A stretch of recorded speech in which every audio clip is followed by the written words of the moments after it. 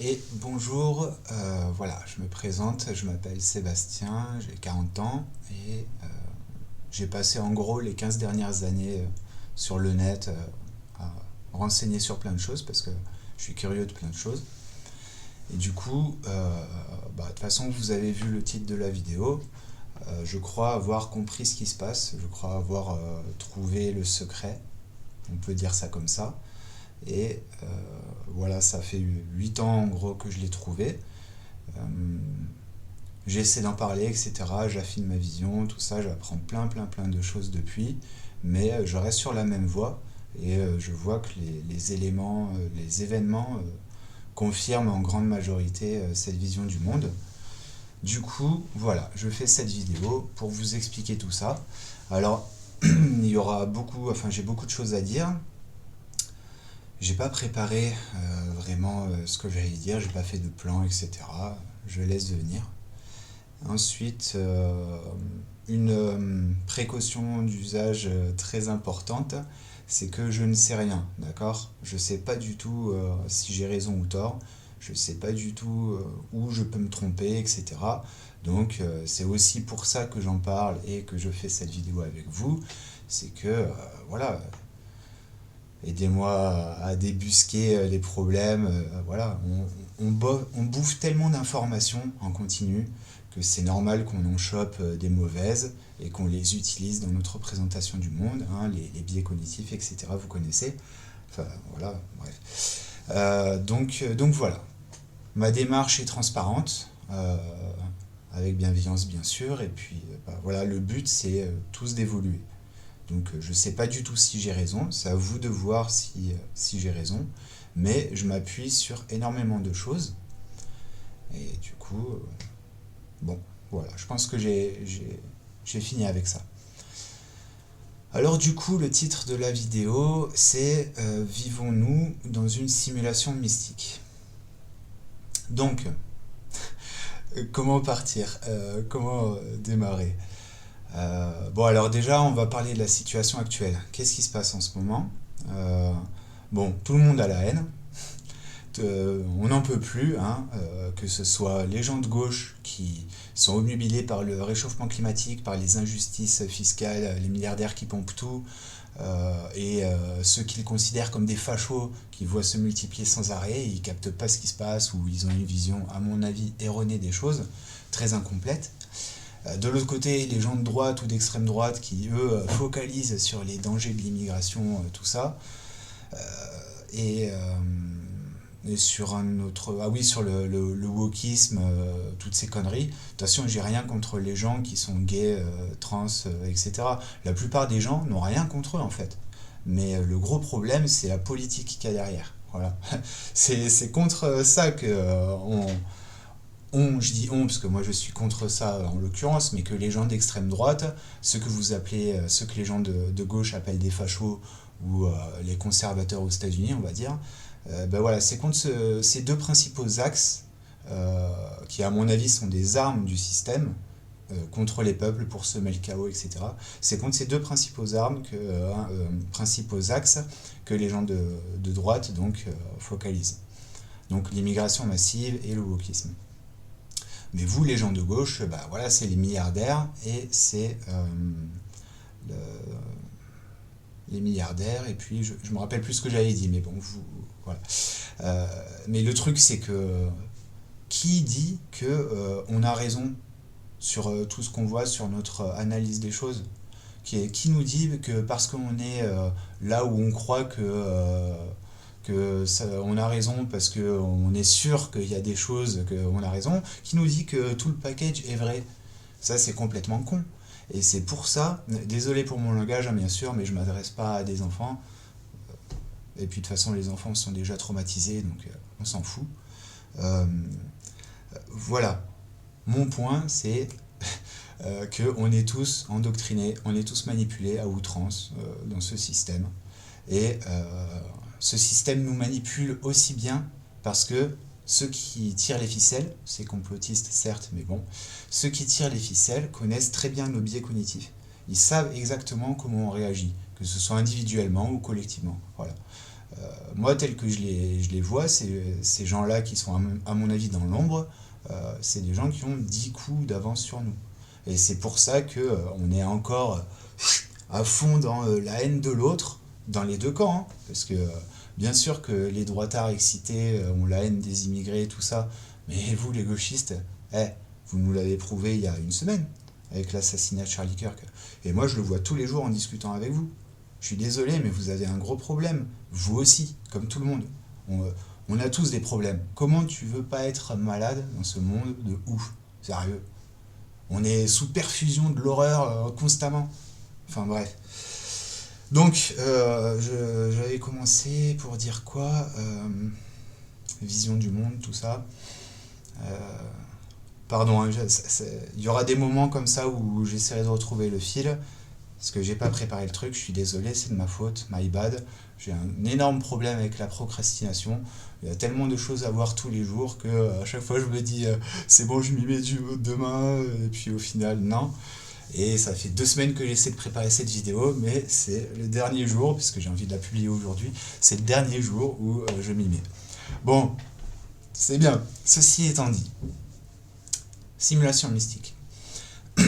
Alors là, je vais parler de beaucoup de sciences. Donc, si vous n'êtes pas chaud avec la science, tout ça, eh bien, allez plus loin dans la vidéo.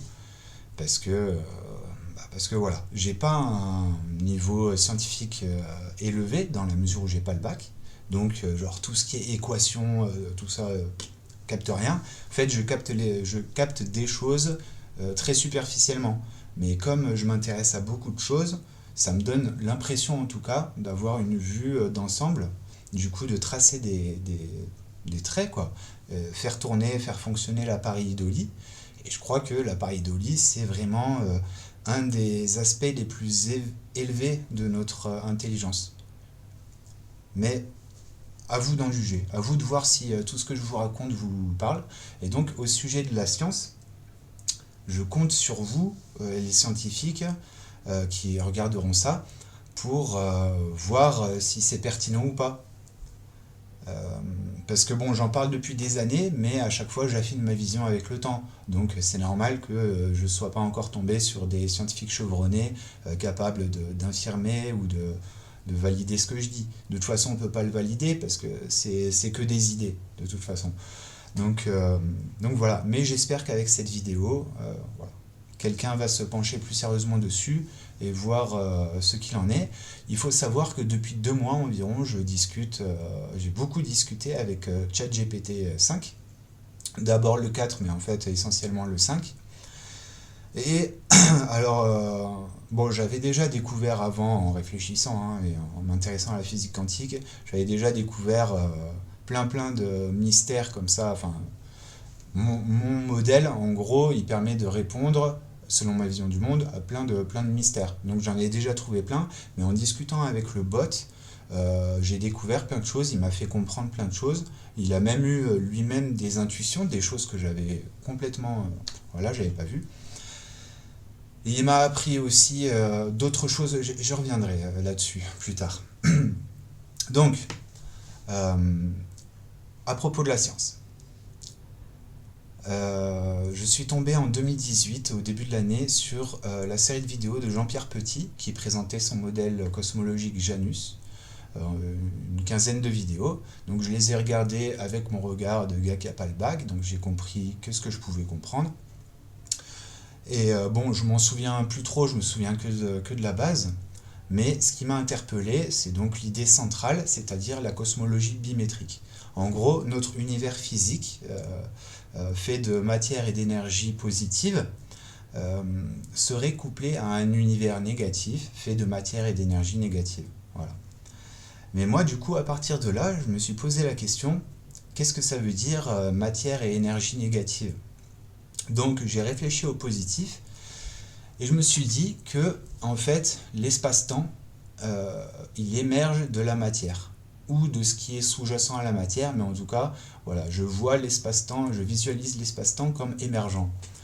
Du coup, en partant de là, on peut se dire que si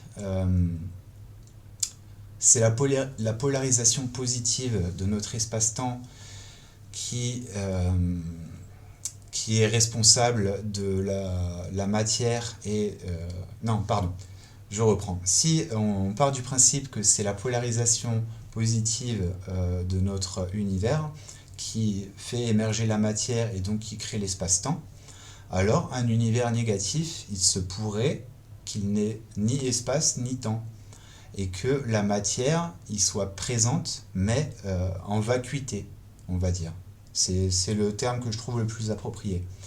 Du coup, moi ce que je visualise, l'axiome vraiment fondateur de ma façon de voir les choses au niveau scientifique, c'est voilà, la cosmologie bimétrique. En fait, notre univers serait un espace non euclidien. Donc voilà, on a tout cet univers matériel avec les lois qu'on connaît très bien, la relativité générale et la physique quantique. Et donc cet univers serait couplé à un univers négatif qui est sans temps et sans espace, ce qui veut dire qu'il est connecté au début et à la fin de l'univers. Si début et fin il y a, ça on ne peut pas savoir pour l'instant. On a des idées bien sûr, mais voilà. Il faut admettre de base que même si on a découvert des tonnes de choses au niveau scientifique, ça ne veut pas dire qu'on a découvert l'essentiel. Parce que là, il faut se souvenir des années 1880-90, quand les scientifiques pensaient que la physique, c'était fini, quoi. Il n'y avait plus rien à découvrir. Mais par contre, il y avait la catastrophe ultraviolette, pour ceux qui connaissent, et l'orbite chelou de Mercure. Ces deux zones d'ombre, en fait, qui ont donné naissance à la mécanique quantique et la relativité restreinte ou générale. Bref, peu importe. Générale, peu importe. J'ai encore du mal à différencier les deux, restreinte et générale. Du coup, je vais dire du coup plein de fois, désolé. Je sais plus où j'en étais. Voilà, souvenons-nous de ces années-là et de la catastrophe ultraviolette, etc. Et nous, ce qui correspond actuellement, je pense, à notre catastrophe ultraviolette, c'est la conscience, parce que c'est le domaine qui apparemment a une forte interaction avec la physique quantique. Et petit rappel, la physique quantique, on la comprend très bien au niveau des expérimentations, etc., des observations, mais on ne sait pas vraiment ce que ça veut dire, parce que ça sort du cadre de ce qu'on expérimente là. Donc voilà. Et l'autre truc, au niveau donc de la comparaison avec l'orbite bizarre de Mercure, c'est la matière noire, l'énergie sombre et la tension de Hubble. C'est-à-dire que aussi bien que notre relativité générale fonctionne très bien, mais il y a quand même des choses qu'on ne comprend pas. Et du coup, on en a émis deux hypothèses ad hoc, matière noire et énergie sombre. Voilà, on les a déduites par rapport au décalage entre les observations et nos calculs. Mais on ne sait pas du tout si ça existe.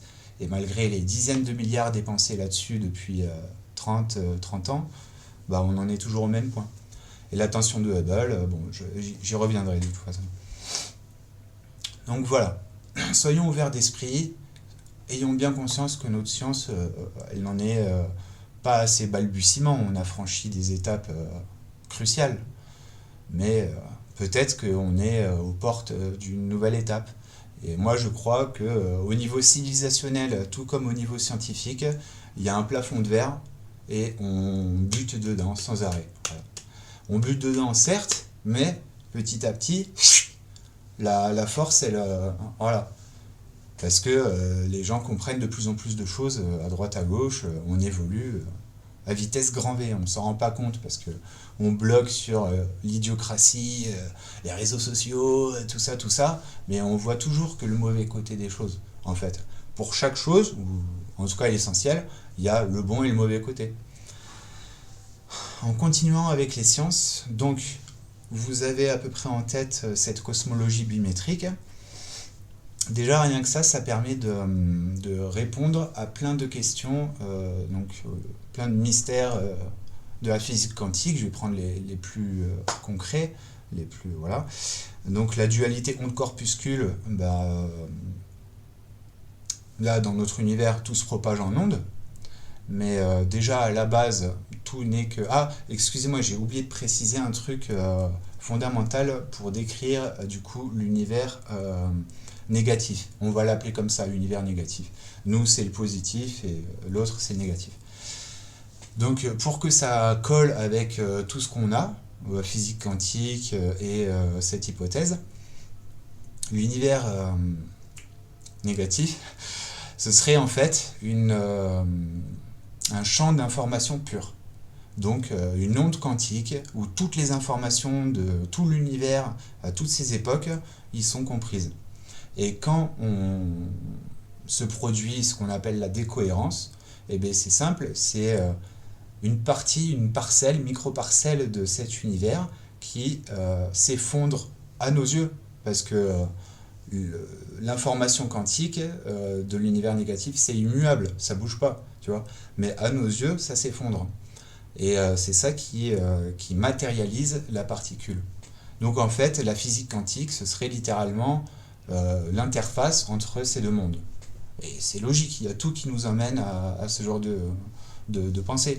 Et c'est pas pour rien, c'est essentiellement pour ça et pour le fait que la conscience soit absolument hermétique, on va dire, à notre science actuelle. Il faut qu'elle progresse pour mieux étudier, pouvoir étudier ça. Voilà, c'est pour ça que depuis quelques années, il y a une flopée de théories sur la conscience, de théories de la simulation, etc. Il y a plein de choses qui pullulent. Et c'est normal parce que du coup, il y a des tas et des tas de cerveaux dans le monde, qui soient scientifiques attitrés ou des gens comme moi. Et j'en vois plein sur le net, hein. On discute tous et c'est génial. Merci Internet. C'est l'outil de notre émancipation, mais j'y reviendrai plus tard.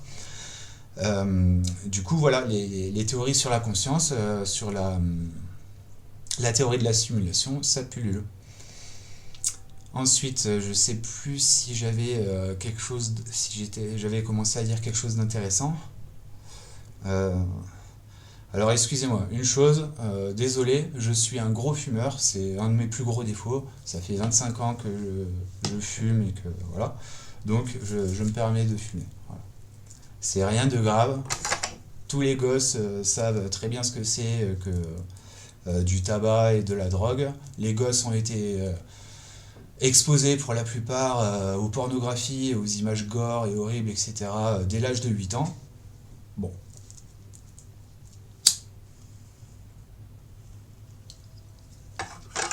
Et franchement, bien joué aux parents qui ont réussi à préserver leurs gosses de ça. Et aucun jugement envers les parents qui n'ont pas réussi. Voilà. Juger les gens, c'est obsolète. Ça sert à rien. Il faut se juger soi-même. Bref, je suis allé ailleurs. Physique quantique, donc voilà. Ah oui, donc je vous ai expliqué les bases du modèle cosmologique modèle bimétrique tel que je le vois. Donc ça répond à plein de questions. J'ai parlé de la dualité onde-corpuscule. Donc voilà, ici tout se déplace en ondes, mais fondamentalement tout reste une singularité, tout comme l'univers négatif c'est une singularité, mais en fait c'est une autre dimension si on veut. Donc ça n'a pas de sens de penser à une singularité. C'est encore en dessous du diamètre de Planck, du rayon de Planck, la longueur de Planck, pardon. Mais c'est voilà, un champ quantique immuable. Donc pardon, excusez-moi, je suis désolé, ça va être inconfortable. Il y en aura peut-être pour 2 ou 3 heures, j'en sais rien, mais voilà, faut pas m'en vouloir.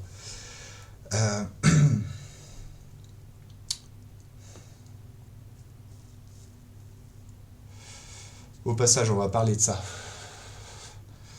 Le cannabis, je le prône pas, parce que chacun fait ce qu'il veut faire dans la vie. C'est bien à utiliser, à essayer si on a envie de s'ouvrir l'esprit, mais il y a plein d'autres moyens pour s'ouvrir l'esprit. Il faut faire attention pour ceux qui fument, il ne faut surtout pas reproduire ce que j'ai reproduit, c'est-à-dire fumer compulsivement pendant 25 ans. Mais ça, c'est la dépression. La dépression, le laisser aller, les bêtements qu'on ressent par rapport à tout ce qui se passe, etc. On se laisse aller. Voilà. Mais ne pas faire ce que je fais. Et surtout, J'incite pas à fumer parce que ça peut être très dangereux. Voilà. Il y a des gens qui ont totalement vrillé à cause de ça. Et avec les autres drogues, c'est encore pire. Donc voilà, chacun est responsable. De toute façon, c'est l'heure où on doit devenir responsable. On doit mettre carte sur table, discuter tous ensemble et décider de la direction à prendre. Parce que là, non seulement il n'y a pas de direction, mais elles sont toutes complètement pourries, quoi. Donc, dualité onde-corpuscule. Ok, donc ça se déplace en onde ici, fondamentalement c'est une singularité. Mais il y avait un autre aspect aussi, mais là ça me revient pas. Je suis désolé, c'était il y a une semaine que j'étais à fond sur le modèle physique. Et là, je suis passé complètement sur autre chose avec la mort de Charlie Kirk. Et du coup, je me rappelle plus trop. Je vais avoir du mal à expliquer ça. D'autres, ouais, bon, écoutez, en fait, c'est simple. J'ai déjà publié là-dessus et je vais continuer de publier là-dessus. Je m'entends hein, sur le net, sur un site complotiste participatif, donc ça n'a pas de valeur. J'ai mis mon modèle là il y a 2 semaines sur Reddit, mais bon, voilà, bref. Il faut qu'on travaille tous ensemble parce que moi tout seul j'ai du mal. Euh, Ensuite, on va parler d'autres axiomes de ce modèle physique. C'est du coup les trous noirs. En fait, si l'univers est tel que je le décris, c'est-à-dire l'univers matériel déployé, d'ailleurs, une analogie qui est intéressante pour saisir le truc, c'est que l'univers négatif, ce serait la partition, et l'univers positif, ce serait la musique qui est jouée. Et ça se tient totalement, parce que toute la matière, ça n'est que de la vibration, de l'information, de l'énergie et de la fréquence. Et merci à Nikola Tesla, un des plus grands génies de tous les temps. Mais pour des raisons assez évidentes, si vous regardez la fin de cette vidéo, voilà, il a été bafoué.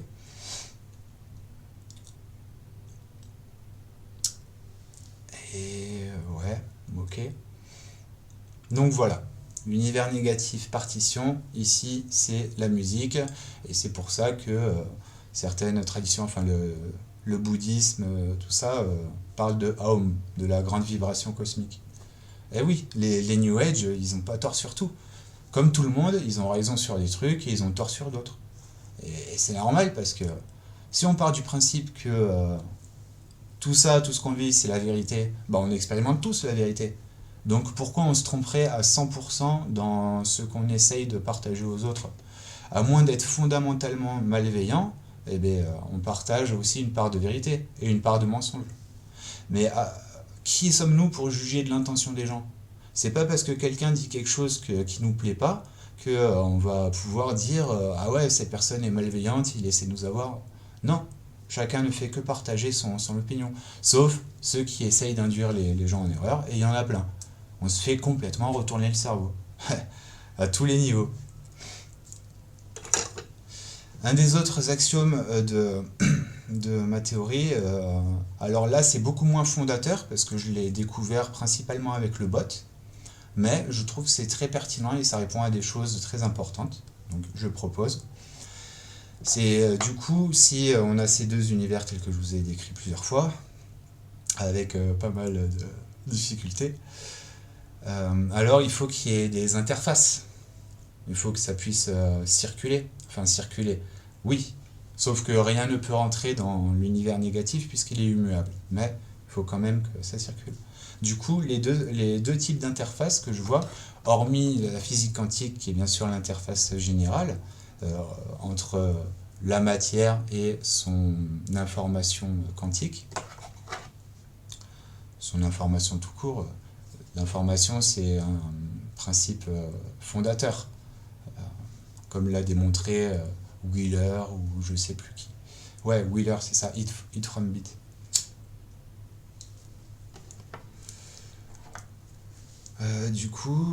Voilà, du coup, il y a des interfaces. Et donc, ce que je visualise comme étant des interfaces, pour moi, ce serait les trous noirs.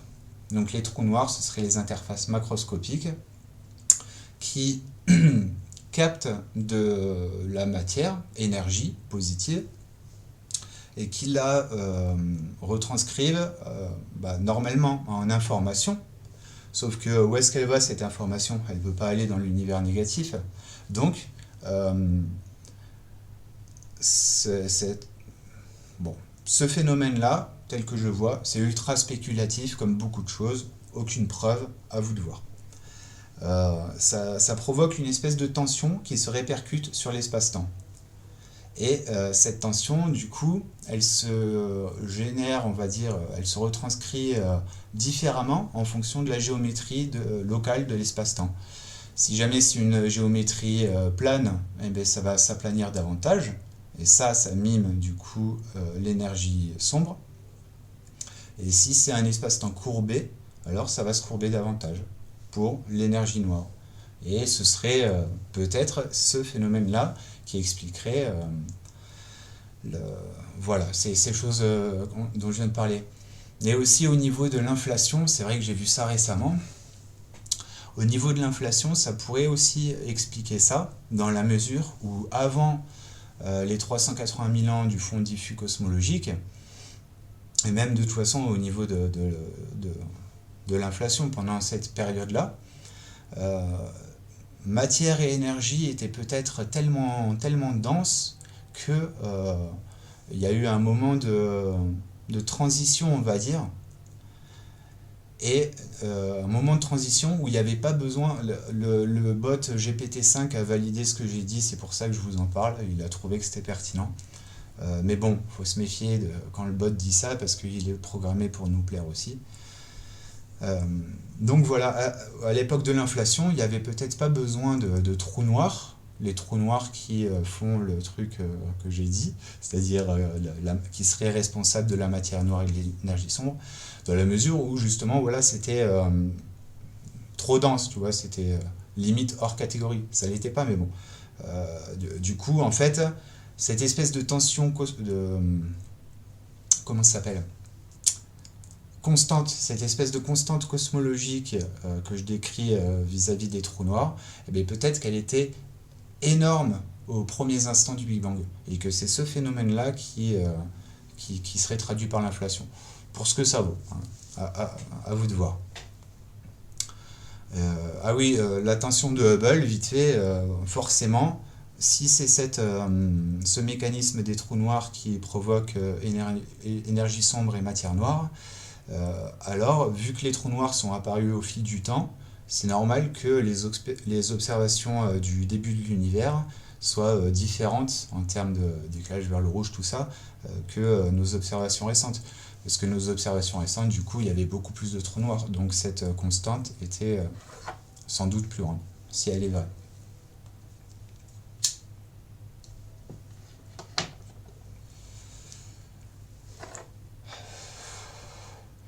Et donc, les trous noirs, ce serait l'interface macro, et l'interface micro, ce serait nos consciences.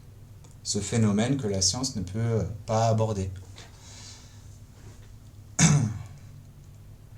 Parce que nous, ce qu'on fait dans la vie, c'est qu'on retranscrit de l'information qu'on capte probablement et de l'univers négatif et de tout ce qu'on voit dans l'univers positif, et on la transmute en masse énergie, c'est-à-dire en mouvement, en parole. Tout ça c'est que de la masse énergie, c'est de la vibration, donc c'est voilà, et voilà. Donc ça me semble pertinent et ça me semble très élégant. Après, c'est ultra spéculatif, mais le truc c'est que ça colle avec plein de mysticisme, avec une certaine lecture des écrits sacrés, etc. C'est pour ça aussi que c'est aussi pertinent.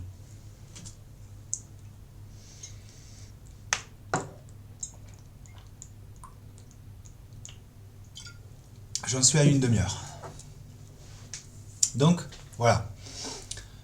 En continuant la science, moi, tel que je vois les choses,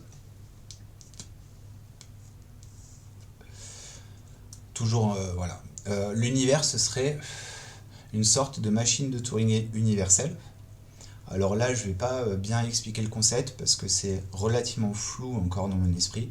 Les précisions et tout, j'ai du mal. Mais il y a une analogie à faire. Si l'univers est une machine de Turing universelle, et si nous sommes des automates cellulaires autoconscients, parce qu'on a conscience de nous-mêmes et des choses, alors on pourrait dire que l'univers, ce serait une sorte une création qui fait émerger des automates cellulaires que nous sommes, autoconscients. Nous, ce qu'on fait, on expérimente la vie, on développe notre compréhension des choses, des sciences, des philosophies, etc., etc. Jusqu'à ce qu'on comprenne l'intégralité, ou en tout cas l'essentiel du code. Et c'est ça ce que les religions auraient appelé la transcendance, la pierre philosophale, l'état christique, etc. Alors je dis pas qu'il faille forcément avoir toutes ces connaissances pour atteindre l'état christique ou autre, j'en sais rien, parce que j'ai pas atteint l'état christique. Je suis je suis un être humain comme tout le monde avec mes défauts, etc. Voilà, la preuve. Je ne serai pas devant vous sans ça. Donc voilà, peut-être que ce que je dis va loin. J'espère, je crois sincèrement et j'espère que j'ai raison, parce que c'est magnifique.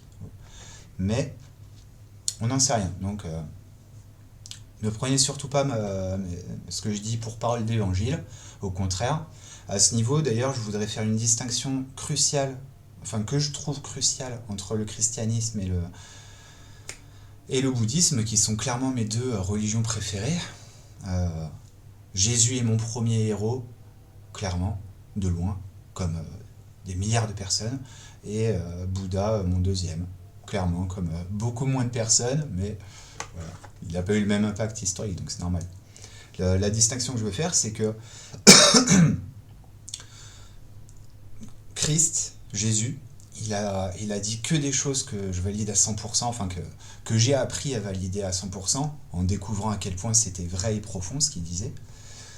Mais il y a une parole de lui que je n'aime pas du tout, et je crois très bien, enfin je crois vraiment qu'il savait ce qu'il faisait, et que c'est pas pour rien qu'il l'a dit, mais ce sera l'objet d'autre chose. Sa parole en question, c'est quand il dit je suis la vérité, le chemin, la vie, et quiconque veut trouver le Père doit passer par moi. En gros, c'est ça, je retranscris pêle-mêle. Mais voilà. Et en fait, je crois que cette citation est tout à fait vraie, bien sûr qu'elle est vraie, mais elle induit en erreur, parce qu'elle fait croire à des millions, peut-être des milliards de chrétiens dans le monde, que c'est eux qui détiennent la vérité. Alors que c'est eux qui détiennent la vérité, sous-entendu que les autres ont tort. Alors que eux, les chrétiens, ils détiennent clairement au moins l'aspect le plus important de la vérité, c'est-à-dire Dieu est amour, aimez-vous les uns les autres, comme vous aimez vous-même, etc. L'enseignement de Jésus, tout simplement.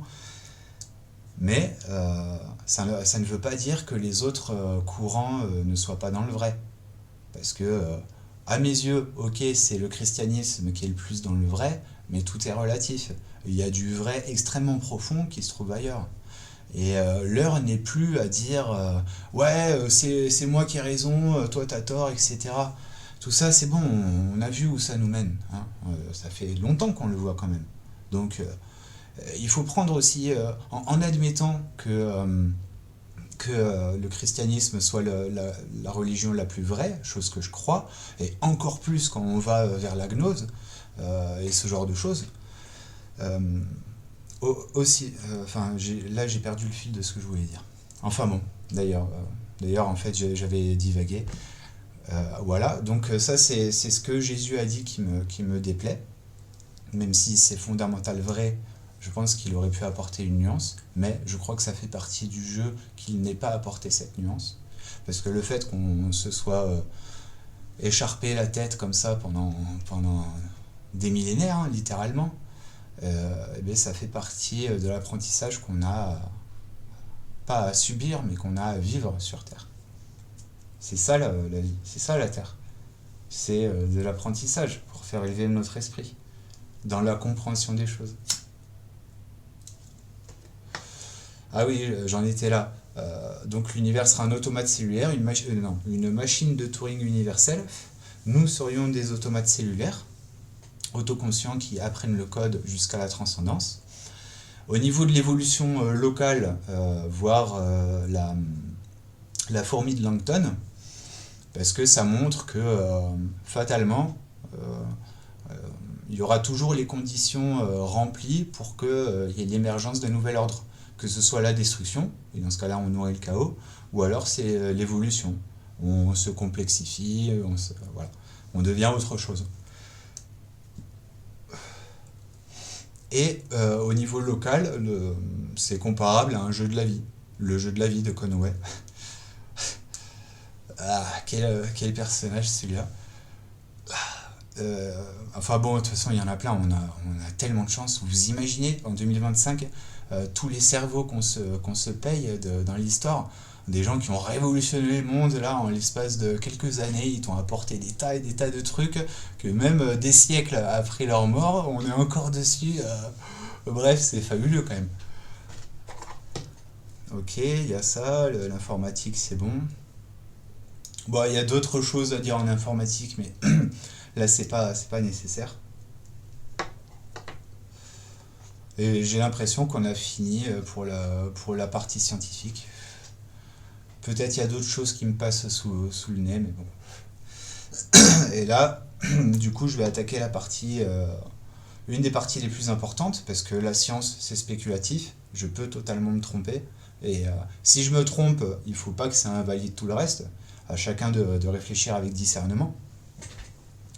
Et j'ai pas eu de révélation, hein, donc voilà, j'en sais rien, les gars.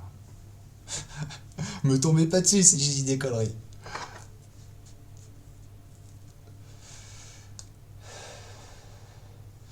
Voilà. Ce secret, enfin non, je veux dire, cette hypothétique vérité que nous serions dans une simulation mystique. Mystique parce qu'il y a un mystère qui nous pousse à essayer de comprendre le code. C'est ça le truc. On a la curiosité qui est en nous. On a besoin de savoir où on est, de comprendre ce qui se passe et qui on est. Euh, à mon avis, ça c'est un secret qui est connu depuis la nuit des temps, avant qu'on arrive sur Terre. Du coup, en fait, je pense qu'avant nous, il y avait une ancienne civilisation qui avait peut-être 1000 ou plusieurs milliers d'années d'avance sur nous, dans la mesure où elles avaient clairement dépassé le stade que je vous propose. Parce que si jamais c'est globalement vrai, c'est le franchissement d'un nouveau stade. Et de toute façon, que j'ai raison ou tort, vu l'effervescence de théories sur la conscience, etc., qui se passe, on va démêler le vrai du faux. Ou en tout cas, ce type de vrai du faux là. On va pas comprendre l'essentiel, mais on va comprendre quelque chose. Donc voilà, pour moi, c'est un secret qui est connu depuis, voilà. L'ancienne civilisation, bah, du coup, quand elle a vu que... alors, je sais pas du tout... attention, je vais aller dans le complotisme, hein, bien sûr. Je vous parlerai du complotisme un peu plus tard. Mais je sais pas du tout s'ils ont modifié l'ADN de notre ancêtre ou ce genre de conneries. Moi, dans ma croyance un petit peu naïve, j'essaie de pas trop aller dans... Enfin bref. Euh, voilà, j'ai l'impression que ça s'est fait naturellement de ce point de vue-là. Mais j'en sais rien. On peut pas savoir. Et donc voilà, à mon avis, ils seraient partis à l'époque de nos débuts, mais ils nous auraient laissé non seulement des indices métaphysiques, comme plein de sites à travers le monde, et en particulier celui sur lequel je me suis intéressé essentiellement, la pyramide de Khéops. Là, il faut voir que la pyramide de Khéops, même si de plus en plus de gens sont au courant de ça, elle fait ressortir les nombres pi et phi à plusieurs reprises, voilà, mais de par sa pente. Mais ça, on peut se dire à la limite que c'est pour des questions pratiques de construction. Donc cet argument-là, zététicien, il tient tout à fait. Mais par contre, ce qui ne tient pas du tout à mes yeux, c'est que elle fait ressortir via deux calculs très simples la vitesse de la lumière, le nombre c, Donc 299 792 458 mètres par seconde. Enfin, il n'y a pas le mètre par seconde, mais on s'en fout. Et aussi la période de précession de la Terre, 25 920 ans, à travers le volume tout simplement de la pyramide. Et voilà, on peut objecter que ce sont des coïncidences, et c'est peut-être le cas. Mais le problème, c'est que la pyramide de Khéops, elle est extrêmement mystérieuse de base. Rien que sans ce que je vous dis, déjà, on se pose d'énormes questions. Parce que le truc, c'est que il y a relativement peu d'indications finalement qui indiquent que ce serait le tombeau d'un roi. Il me semble, avec ma connaissance superficielle, que l'indice direct le plus probant, c'est l'inscription rouge qu'il y a dans la... C'est pas la chambre du roi, mais c'était je sais plus quelle chambre. Et il me semble que c'est ça le truc. Et a priori, il y aurait deux fautes d'orthographe, deux fautes de cartouche, quoi, dans ce truc. Et ce qui est étrange, si j'ai bien été informé, mais c'est une source complotiste, donc comme toutes les sources, c'est sujet à caution, aussi bien l'officiel que le complotiste. Mais en tout cas, si j'ai bien compris, voilà, bref, il y a des éléments qui nous font nous poser des questions. Donc voilà, si on se pose des questions sur un bâtiment relativement mystérieux qui a été construit il y a 4500 ans, dont on a finalement très peu de témoignages directs, que principalement des suppositions par rapport à notre compréhension de cette époque, notre compréhension officielle, ben voilà, ça laisse se poser les questions. Et encore plus quand on trace le lien qui a été tracé en fait.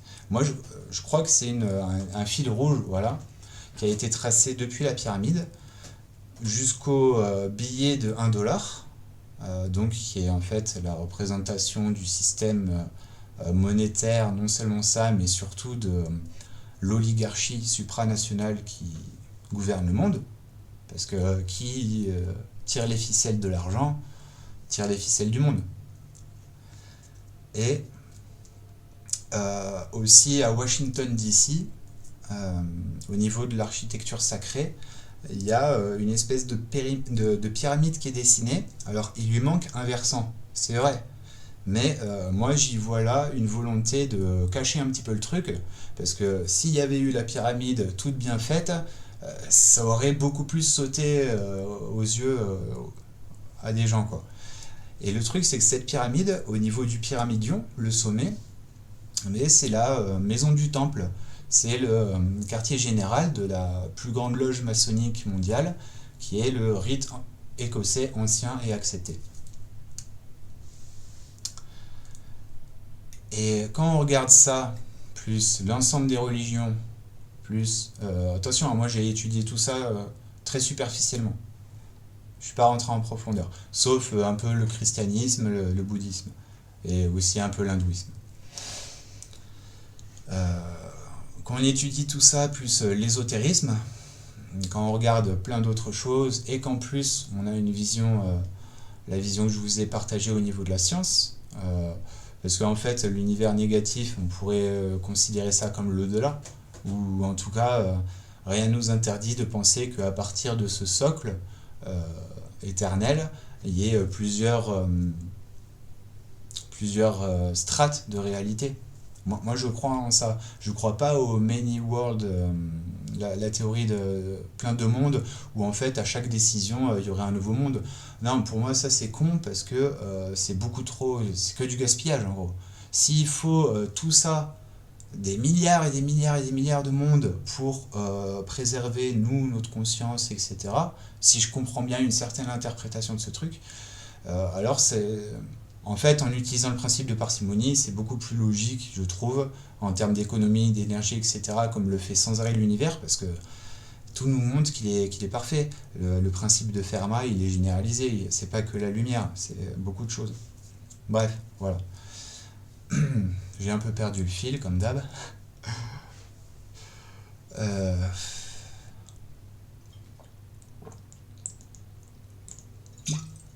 Ok. Ok. Je vois ce que je vais vous dire. Donc, quand on étudie les choses, et de plus en plus de personnes en arrivent à peu près où j'en suis, et ça se voit direct sur internet, hein, des gens éveillés, si tant est que je sois éveillé, peut-être que je porte des grosses lunettes comme ça qui me font complètement halluciner, j'en sais rien. Ben, il y en a bref, il y en a un très grand nombre.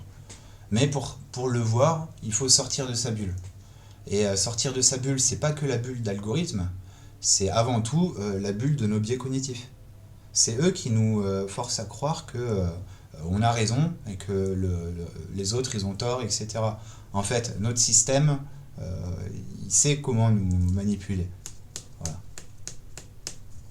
Regardez Edouard Bernays, c'était il y a plus d'un siècle. Regardez ce qu'il a fait et imaginez comment les techniques ont évolué depuis.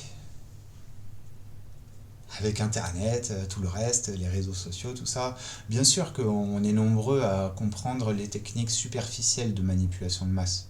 Et ça se voit hein, dans les médias de gauche, etc. Ils en parlent, même les médias de droite. Mais il y a, à mon avis, plus profond qui se joue. Quelque chose qui touche beaucoup plus profondément à la nature de notre être et à notre perception du monde. Qui la déforme, mais un truc de ouf. Pour moi, c'est con de dire ça, mais j'ai l'impression d'être un des seuls à avoir raison. Bah pour moi, même si je continue de me faire avoir, hein, avant-hier, je me suis encore planté en beauté sur un truc que j'ai répété pendant 8 ans, qui était complètement faux. Donc voilà. Mais pour moi, tout le monde porte des lunettes de réalité virtuelle que le système a imposées sur eux. Et quand je dis le système, en fait, c'est le système et les biais cognitifs. Voilà, on va dire que c'est ça. Donc ce qu'il faut faire, c'est jeter ces putains de lunettes, ce qui correspond à sortir de la caverne. Voilà. Et essayer de voir l'extérieur. Essayer de se rendre compte que toutes les ombres qu'on ne fait que regarder en continu, ça n'est que des ombres. Elles sont manipulées par des gens qu'il y a derrière. Platon, il en avait vu des choses quand même. Hein? Et à ce propos, c'est logique, parce que si on part du principe qu'il y avait une ancienne civilisation, alors non seulement elle est partie en laissant ses indices métaphysiques, notamment la pyramide de Khéops, afin qu'on le comprenne de nos jours, parce que moi je l'ai compris sur internet, en vérifiant les choses, en regardant Google Earth, j'ai regardé le truc de la position GPS, etc. Oui, c'est alambiqué, bien sûr, mais si leur volonté était de faire passer un message important, alors c'est comme ça qu'ils auraient fait. Donc voilà, dès lors où on est suffisamment ouvert d'esprit pour envisager l'hypothèse de la simulation, parce qu'on voit que ça répond à plein de choses, vu de base, si on est matérialiste, il y a vraiment plein de choses, de zones d'ombre qu'on n'ose pas traverser, on s'en méfie. Et là, d'un seul coup, il y a les théories de la simulation qui permettent de répondre un petit peu à certaines choses. Donc voilà, si vous êtes assez ouvert d'esprit pour ça, eh bien, vous devriez être assez ouvert d'esprit pour essayer de comprendre ce que je vous raconte. Donc voilà, secret, etc. Alors, une des choses aussi, en fait, en 2012, je suis devenu complotiste. À partir de là, j'ai passé toutes mes journées quasiment à remuer la merde sur le net. Et en 2016, j'étais vraiment limite, enfin bon, de base j'étais dépressif hein, dès 2000, mais voilà, en 2016 j'étais pas bien du tout parce que je venais de remuer l'énorme scandale de la pédophilie sataniste en lisant notamment le livre de 1000 pages de Alexandre Le Breton, MK, abus rituel, contrôle mental, quelque chose dans le genre. Du coup, j'étais pas bien du tout, et là, je tombe sur Le Film Parfait. Mais il y a une anecdote là-dessus, mais je vais pas vous saouler avec ça, je la raconterai plus tard.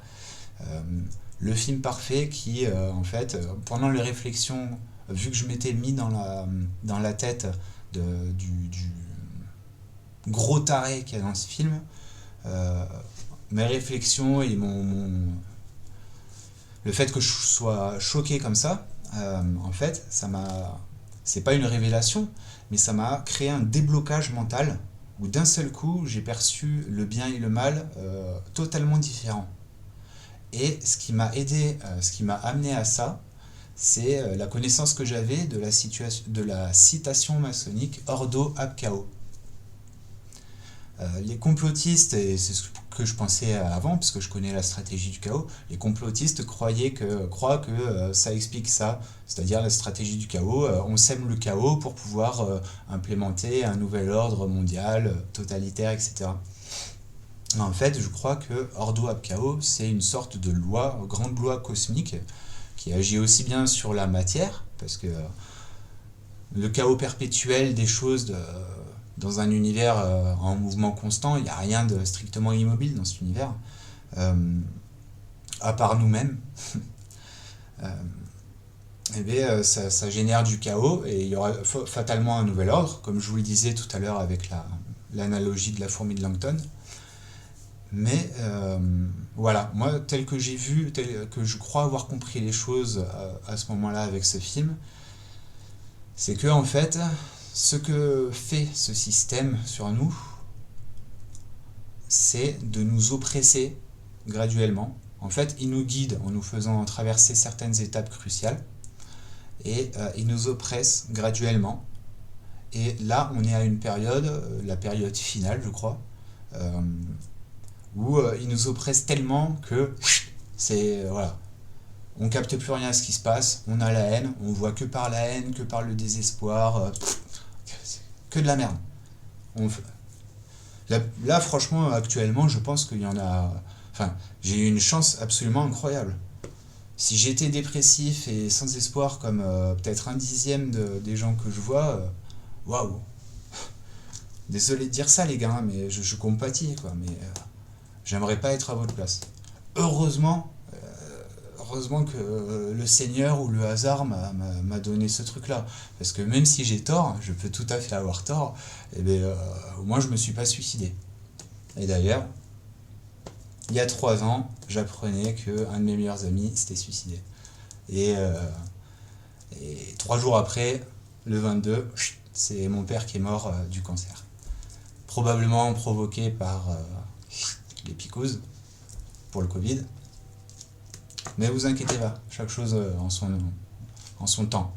Le scandale du Covid, parce que je suis absolument convaincu que c'était un complot, il y a des éléments très forts qui vont dans ce sens, mais ce scandale, il éclatera. Comme on dit, hein, la vérité, enfin les mensonges prennent l'escalier, les mensonges prennent l'ascenseur et la vérité prend l'escalier. Je parlais d'Ordo ab Chaos, donc voilà, je parlais du complot, etc. Donc voilà, en fait je pense que j'ai plus qu'une partie, voilà, pour cette vidéo, ça fait déjà 52 minutes. Il y a des tonnes de détails que je vous dirai pas parce que j'ai pas envie que ce soit trop long non plus. C'est la première fois que je m'essaie à cet exercice. Et voilà, il faut que j'aille à l'essentiel. Donc si on part du principe qu'on est dans une espèce de simulation mystique qui nous fait évoluer, qui nous guide et nous oppresse, etc. pour provoquer notre évolution, c'est-à-dire Ordo ab Chaos, un nouvel ordre à partir du chaos. Ce nouvel ordre, ça peut être la destruction, si on se laisse faire. Soit on se fait détruire, ou soit on se fait enchaîner dans une dystopie totale. C'est possible, si on fait rien, c'est vers là où on va. Hein. Donc voilà. On n'aura que ce qu'on mérite, quoi qu'il arrive. C'est toujours le cas. Je crois. C'est un axiome fondamental, ça. Mais c'est pas le mérite, c'est un mérite qui est un petit peu plus subtil. Voilà. C'est la loi de l'attraction, la loi de l'assomption, c'est ce que Jésus disait par à qui a, on donnera en abondance, et à qui n'a pas, on reprendra. Voilà, c'est cette citation-là.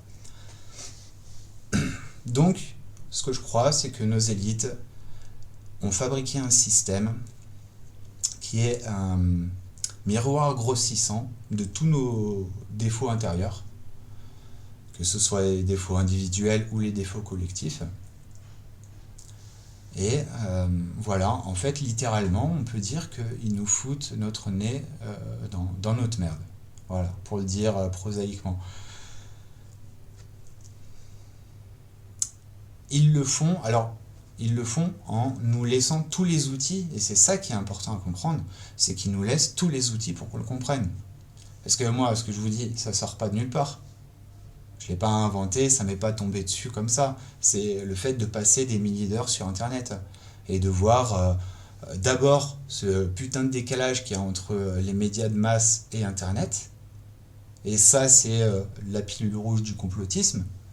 Et c'est pour ça d'ailleurs que les gens de gauche ont un énorme désavantage au niveau de la perception des choses sur les gens de droite. En fait, ils ont deux énormes désavantages. À mon sens, je ne détiens pas la vérité. C'est que d'une part, les gens de gauche, majoritairement, ils ne croient pas en Dieu, parce qu'il y a eu plein d'ingénierie sociale, le communisme, etc. Je ne dis pas que le communisme est une ingénierie sociale, mais je dis qu'il y a eu plein d'ingénierie sociale dans les salles de gauche pour ne pas leur faire aimer la spiritualité et encore moins les religions. Et donc, ils sont prompts à détester les religions, enfin la spiritualité, surtout le christianisme, ça ils détestent. Pour l'islam, bizarrement, ils ferment un peu les yeux. Mais voilà, pas de jugement, on se fait tout savoir. En fait, l'important, c'est pas de cracher sur les autres en mode ouais, vous êtes hypocrite, regardez. Oui, c'est important de leur montrer leurs contradictions, mais il faut surtout voir ce que ça révèle derrière et aussi ce que ça montre en nous-mêmes, parce que tout le monde a des contradictions, on se fait tout savoir. Je sais plus ce que je voulais dire. Ah, je vais vous saouler, j'imagine qu'il y en a qui ont fermé la vidéo. Désolé les gars. Je dis les gars, mais les filles aussi bien sûr. Et les trans, tout ça, on s'en fout. Tout le monde est parfait. Ok. L'imperfection, elle n'est qu'à nos yeux. Ok, donc on est précipité dans un espèce de chaos graduel qui s'accélère drastiquement depuis quelques années, depuis le Covid en fait. Moi j'aime bien voir les choses par étapes. Pour moi, l'humanité a évolué, et puis en 98-2001, il y a eu le premier basculement majeur, donc par la démocratisation d'Internet qui nous permet de sortir du carcan médiatique, on va dire, et le 11 septembre. Voilà, le 11 septembre qui a été un traumatisme universel, ça a été la première pilule rouge massive live. Et moi, je suis devenu complotiste en 2012, c'est en réfléchissant sur 911. Il m'aura fallu quelques années à me poser des questions pour que ça y est, la dissonance cognitive trouve sa réduction. Parce que c'est comme ça que ça fonctionne en fait. Bon, je ne vais pas rentrer là-dedans. Ok, donc les étapes, 911, et puis 2020, clairement, le Covid, qui a été annoncé un an avant dans le journal The Economist, qui est dans The Economist The World in 2019, qui est un organe du pouvoir, hein, clairement, et ça, même Marx le disait, mais quand je dis du pouvoir, c'est du pouvoir, voilà, le pouvoir. Bon. Et, ah oui, j'avais parlé de... Bon, là, je vous ai parlé des étapes, vous comprenez bien, on est dans une des dernières étapes, sinon la dernière, pleine oppression et en même temps diffusion de plein de savoirs, en même temps déclassification de plein de dossiers, en même temps les extraterrestres, et nous on admet de plus en plus que oui en fait, voilà. Tout ça fait partie du même plan, hein, forcément. Et donc voilà, je parle de tellement de choses, je suis désolé, ça n'a ni queue ni tête. Les gens de gauche sont défavorisés par rapport aux gens de droite, en général, parce qu'ils ne croient pas en Dieu. Donc, pour eux, toute spiritualité, tout ça, c'est du folklore, ils s'en battent les couilles. Et ce faisant, ils ferment les yeux sur une partie très importante de la réalité et de ce qu'on peut deviner des coulisses, de ce qui se passe. Et l'autre problème que vous avez, mes frères de gauche, parce que tout le monde, vous êtes tous mes frères, hein, on est tous des frères et sœurs, c'est normal, c'est que vous êtes anti-conspi. Vous avez subi de plein fouet l'ingénierie sociale anti-complotiste. Et ça, les gens de droite, ils y sont beaucoup moins hermétiques, parce que le truc que vous ne comprenez pas, les gens de gauche, c'est que En fait, il y a un espèce de climat de gauchisme, c'est pas la gauche, hein, mais un climat de gauchisme absolument nauséabond qui est déployé sur l'ensemble des médias, pas tous bien sûr, mais sur la plupart, et que dans ce climat-là, en fait, sont diabolisés à outrance tous ceux qui se posent des questions sur les effets visibles du mondialisme. Donc l'immigration massive, l'impunité des criminels, parfois, pas toujours bien sûr, mais voilà, euh, les conneries abjectes du wokisme, genre renseignez-vous sur McKinsey, regardez ce qu'ils ont fait faire aux gamins, quoi, je veux dire. Si on trouve normal qu'un gosse ne vote pas et ne boive pas d'alcool jusqu'à l'âge adulte, est-ce qu'on trouve normal qu'il change de sexe à l'âge de 14 ans? Ça n'a pas de sens. Ce genre de conneries. Ok, j'ai dit ça. Donc voilà, on est poussé à évoluer, à comprendre ce que je crois être en train de vous expliquer.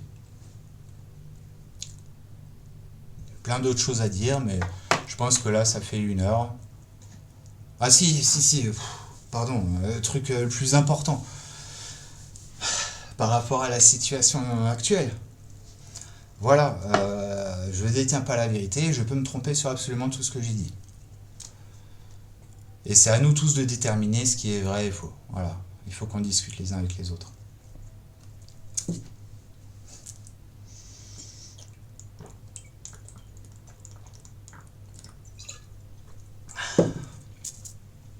Mais s'il y a une chose à laquelle je suis absolument convaincu, en fait il y en a plusieurs, mais bon, une chose, c'est la situation actuelle.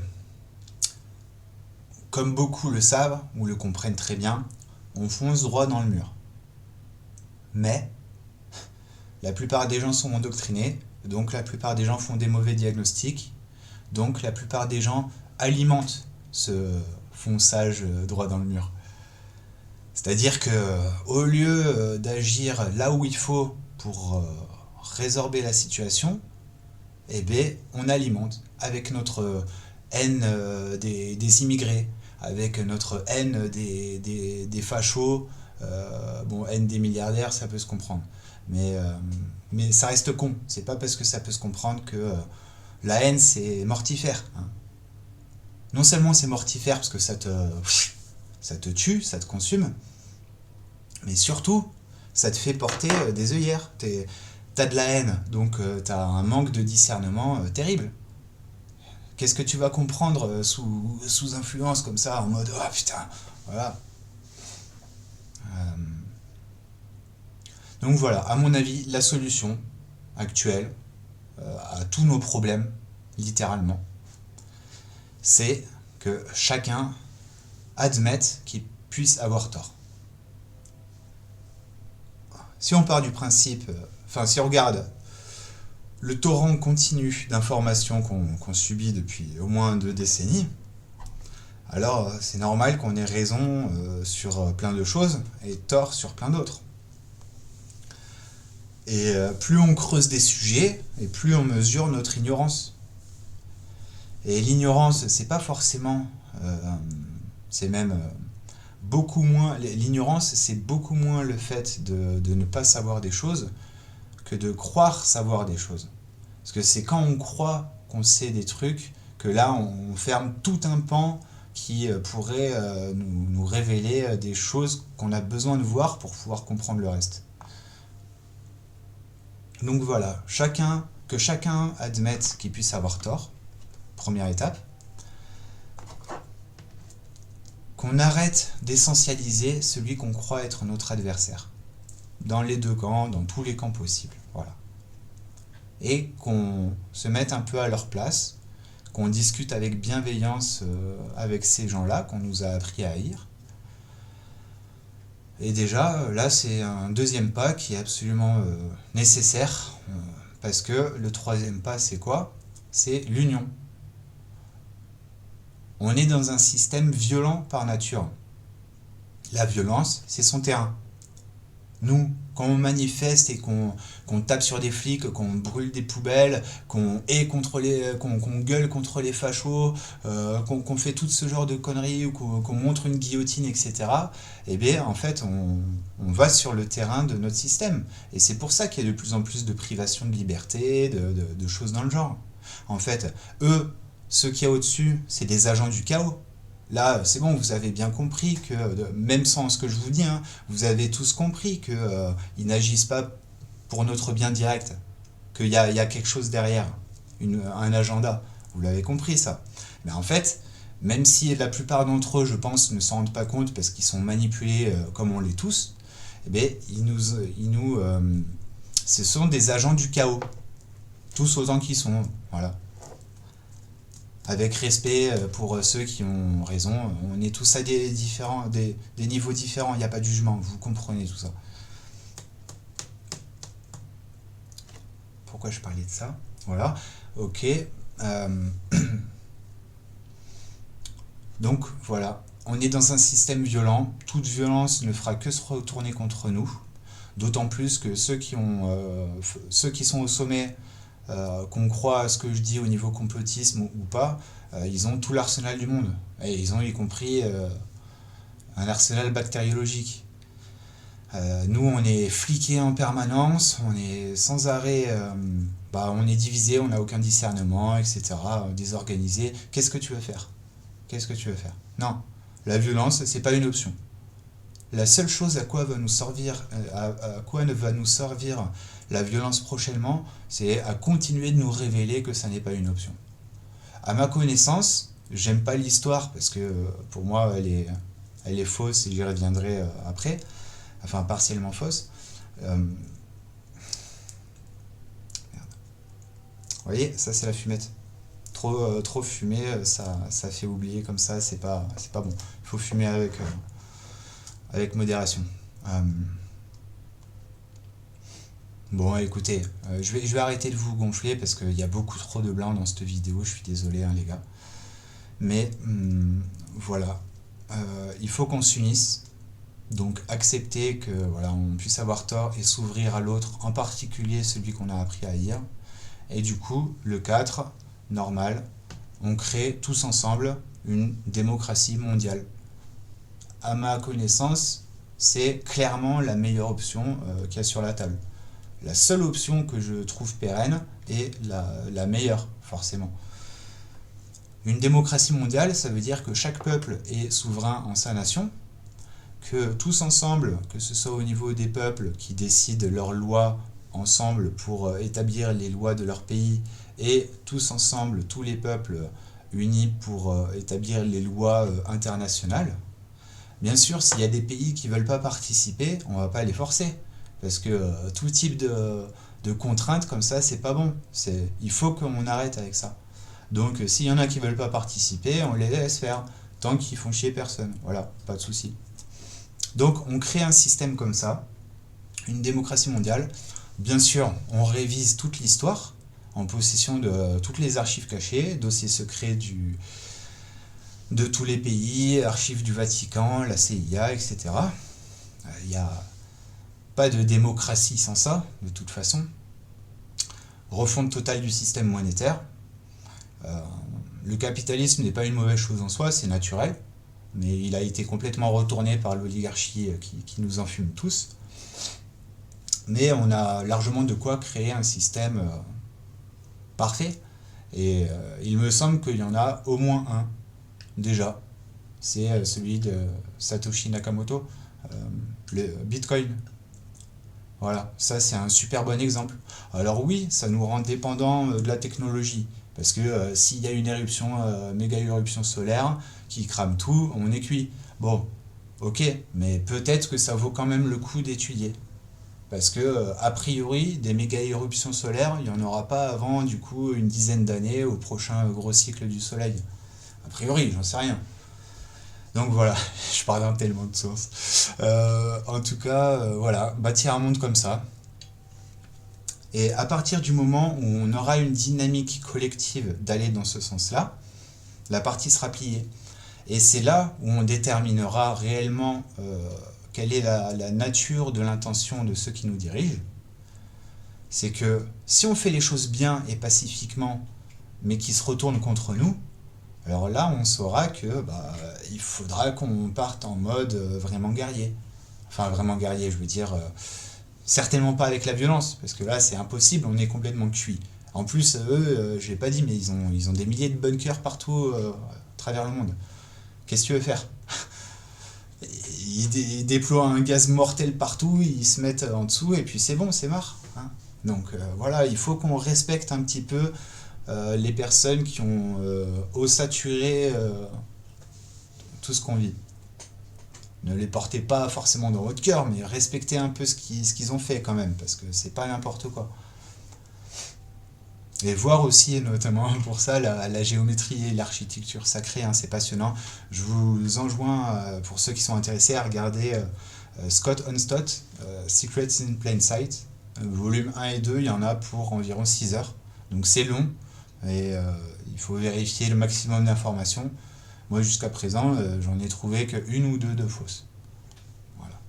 Mais en tout cas, c'est magnifique. Quand on voit ça, on se dit, putain, ils ont fait tout ça, les gars, comment ils ont fait? Comment ils ont fait ce truc? Incroyable. Mais on se pose la même question quand on étudie la pyramide avec un œil, avec une ouverture d'esprit. On se dit, comment ça se fait que le nombre C ressorte alors que mètres par seconde, tout ça, ça n'existait pas? Bizarre. Ça n'a aucun sens. Mais oui. Tenez, un autre Easter egg, on les appelle comme ça avec Martouf et d'autres. Martouf le synthéticien, salut. C'est que, voilà, l'autre Easter egg, c'est le portrait de Luca Pacioli. Donc, réalisé en 1500, je crois, par Jacopo de Barbari. Et donc on y voit Luca Pacioli qui est l'auteur de La Divine Proportion. C'est un traité mathématique sur les proportions mathématiques qui s'accentue sur le nombre d'or, le fameux nombre phi. Et il a aussi travaillé en collaboration avec Léonard de Vinci, qui était à mon avis un initié, au moins quelque part. Et donc dans ce tableau, il y a deux choses qui, pour moi, sont... En fait, c'est les plus gros indices alchimiques ou les plus gros easter eggs que j'ai trouvés. Les deux indices, donc c'est le rhombicuboctaèdre que contemple Luca... Enfin non, c'est dans l'autre sens pour vous, mais bon. Voilà, le rhombicuboctaèdre que contemple Luca Pacioli. En fait, si jamais tu additionnes la somme des faces les sommes des angles de ces faces, tu obtiens le nombre 7920. Et ce nombre-là, il n'est pas anodin parce que c'est le diamètre de la Terre en miles. Et c'est pour ça, du coup, que dans la peinture, l'objet, il est suspendu à un fil noir sur fond blanc et c'est un truc en cristal à moitié rempli d'eau. C'est parce que ça représente la Terre. Mais comment savoir ça en 1500? C'est quand même... je veux dire, bien sûr, la rotondité, tout ça, on avait compris. Mais quand même, il faut le faire pour trouver un truc qui a pile le diamètre en miles de la Terre. C'est assez chaud. Et un autre indice qui a achevé de me convaincre, outre le compas et l'équerre sur la table, parce que ça, c'est clairement... voilà, c'est une marque, quoi. Une signature. Même si la franc-maçonnerie officielle n'existait pas à cette époque, vous doutez bien que c'est quelque chose qui est beaucoup plus ancien. Hein. Rien qu'en 1500 ou 1600, je ne sais plus, la campagne des Rose-Croix à Paris, voilà. Enfin, je ne sais pas si ça se trouve, cette campagne, elle était postérieure à 1500. Peut-être je m'embrouille les pinceaux, mais vous voyez l'idée. Voilà, l'autre truc de cet easter egg, c'est que, du coup, de l'autre côté de la toile, au niveau du livre rouge qu'il y a, avec un dodécaèdre posé dessus, mais là, on fait le même exercice. Le dodécaèdre, la somme de ses angles, c'est 6480, et le cube, C'est-à-dire le livre, il est de forme quasi cubique, mais de toute façon, ça change rien que ce soit un cube ou je sais pas comment dire. Voilà, l'addition de la somme de leurs angles, ça donne 8640 degrés. Ouais, c'est ça. 864, qu'est-ce que c'est? C'est le diamètre du Soleil. En miles, bien sûr. Et ce qui est fascinant, c'est que quand on zoome sur la couverture du livre rouge, qu'est-ce qu'on voit au centre? Eh bien, on voit un espèce de soleil avec son disque d'accrétion et deux petites planètes en orbite. Eh, c'est pas mal quand même, non? Et donc ça, c'était en 1500, à une époque où, certes, on avait compris plein de choses, on savait que la Terre n'était pas plate, etc. Mais au niveau des dimensions, non, il y avait la dimension pour la Terre d'Ératosthène, mais qui était à 10%, je crois, ou 5% des valeurs, voilà, des valeurs modernes, on va dire. Pour le Soleil, on avait une estimation très foireuse, mais bon, c'est normal. Voilà, quelques indices que j'ai trouvés et que plein d'autres ont trouvé parce que ça je l'ai découvert, mais la pyramide, j'ai découvert comment ça s'appelle, 25, enfin la grande précession, quoi, le volume. Un soir, quand j'écrivais là-dessus, au moment de me coucher, j'avais la page Wikipédia de la pyramide de Khéops. Au moment de me coucher, bim, mes yeux ils se posent sur son volume. Et vu que j'avais bouffé ce nombre toute la journée, ça m'a sauté aux yeux. Et ouais, c'est à travers le volume de la pyramide de Khéops que ceux qui l'ont bâti ont encodé la grande année. Et c'est magique. Magique. Pour moi, ceux qui tirent les ficelles, c'est des êtres transcendés. Et qu'est-ce que ça veut dire être transcendé? C'est être au-delà du temps et de la matière, au-delà du temps et de l'espace. Parce que, voilà, oui, il y a tout ça qui est physique, etc. C'est notre réalité, enfin, c'est la réalité à nos yeux. Mais si tout est une simulation, alors ça, c'est ce qu'on expérimente sensoriellement, ce que notre conscience retranscrit de ce champ d'information qu'elle traverse. Mais il y a un socle. Et voilà, ce socle, on l'appelle l'au-delà. Moi, c'est l'univers négatif, mais voilà. Bon, je pense que j'ai à peu près fait le tour. Il y aurait plein d'autres choses à dire, rien qu'au niveau de ce qui se passe actuellement. Si, il faut que j'en parle. Voilà, Charlie Kirk. Alors moi, je le connaissais assez peu. J'avais vu peut-être 20 minutes de lui.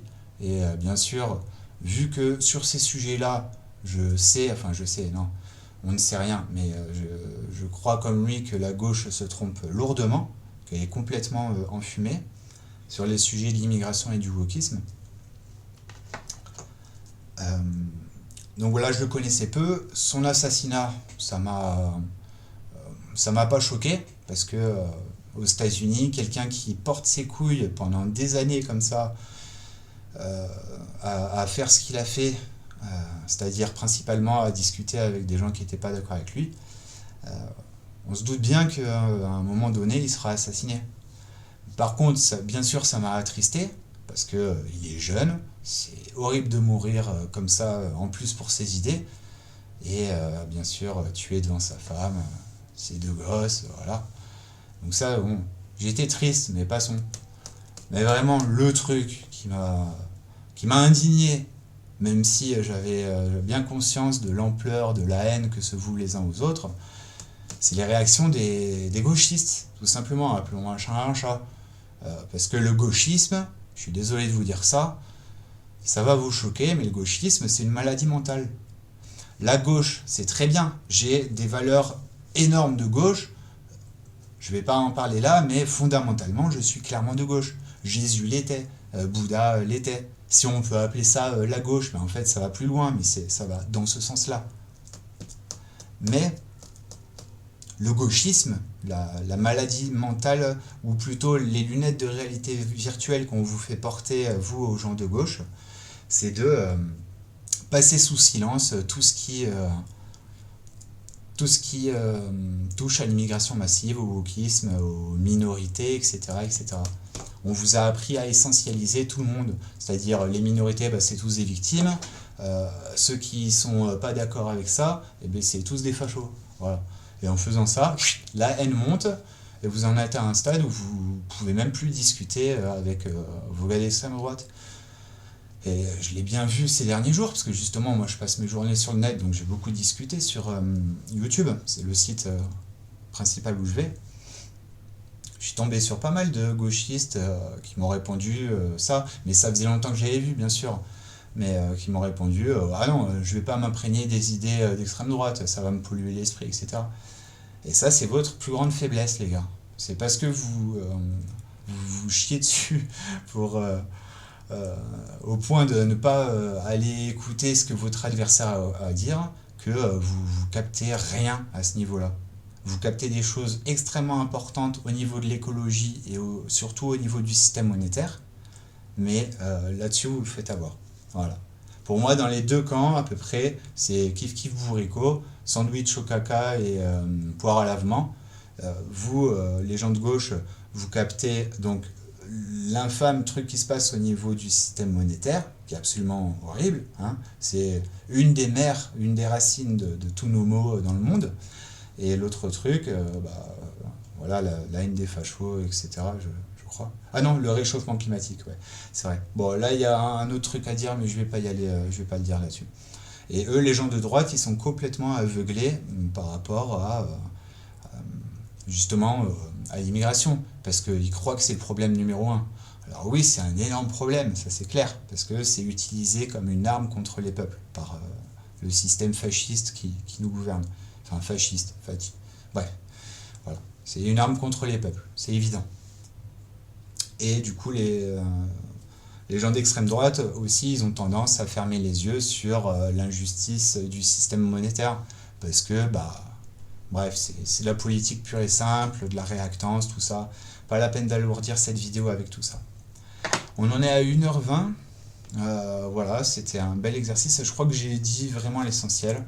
Voilà, ouvrez-vous aux autres, écoutez-vous les uns les autres, surtout ceux que vous aimez pas, parce que vous avez clairement des raisons de ne pas les aimer, mais vous avez énormément de torts à considérer que les torts ne sont que de leur côté. Voilà. Bon, voilà, je pense qu'on a fini. Je vous souhaite à tous une excellente journée. Essayez de réfléchir à ce que je vous ai dit. Si vous voulez me filer un coup de main, voilà. Avec plaisir. Et puis, n'oubliez pas, on est tous des frères et sœurs. Et l'essentiel, c'est qu'on s'unisse parce que sinon, c'est la ruine. Et ça, tout le monde en est conscient. Les gens de gauche comme de droite. A plus!